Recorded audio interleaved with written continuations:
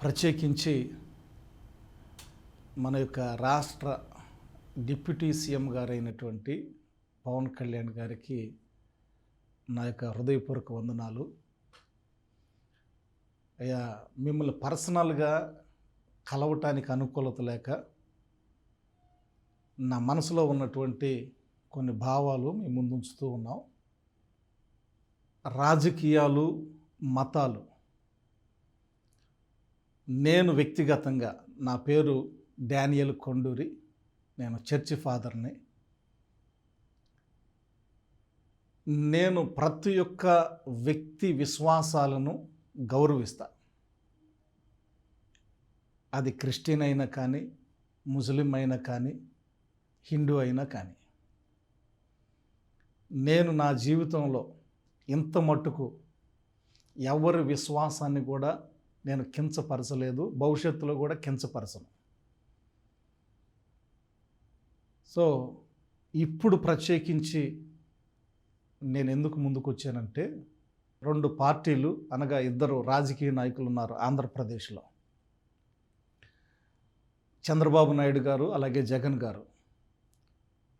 వీరిని కాదు అనేటటువంటి కోణంలో మీ అధ్యక్షతన మీకు అధికారం మేమందరం కట్టబెట్టాం. అంటే మీరు ప్రతి మతానికి నాయకులు, డిప్యూటీ సీఎం గారు ప్రతి మతానికి, ఆంధ్రప్రదేశ్లో ఉన్న ప్రతి మతానికి.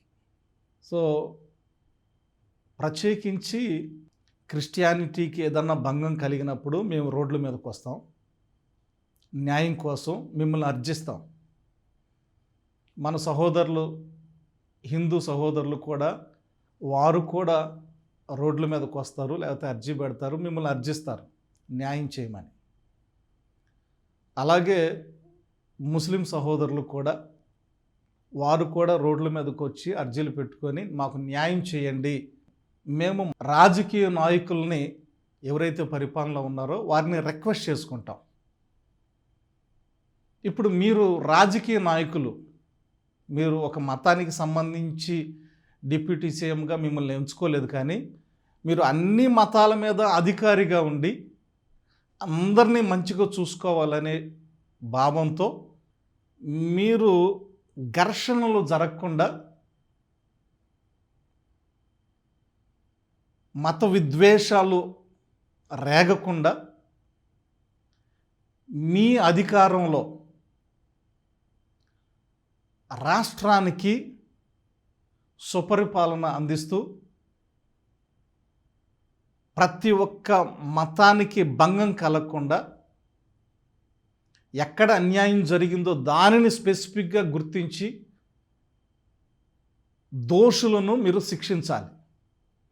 మీరు విద్వేషాలను రెచ్చగొట్టేటట్లుగా మీరు పిలుపునివ్వటం, ప్రత్యేకించి మీరు అన్నటువంటి మాట మీకు కోపం రావటం లేదా, కనీసం మీరు రోడ్ల మీదకి రావాల్సినటువంటి అవసరం వల్ల కనీసం కోపం కూడా మీకు రావట్లేదా అని ఒక మతాన్ని రెచ్చగొట్టేటటువంటి విధానంలో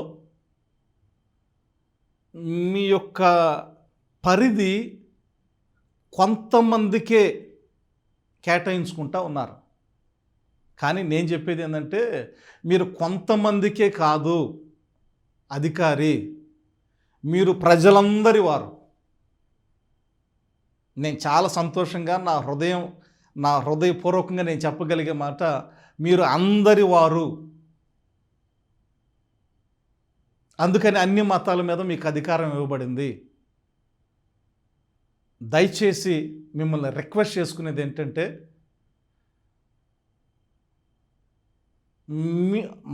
మతాలుగా వెళ్తూ ఉంటే ఎక్కడైతే పొరపాటు జరిగిందో ఆ పొరపాటుని ఎంక్వైరీ చేసి, దోషులు ఎవరో ఎంక్వైరీ చేసి వారిని శిక్షించి అలాగున పరిష్కరించి దాన్ని సమసిపోయేటట్లుగా చేయాలి. కానీ మీరు అందరి వారుగా ఉండాలి, కొందరి వారుగా ఉండకూడదు అనేది నా యొక్క వ్యక్తిగత అభిప్రాయం. Thank you. దేవుడు మిమ్మల్ని అందరి వాడుగా సుపరిపాలన అందించేటటువంటి విధానంలో నడిపించాలని మా యొక్క ప్రార్థన. Thank you.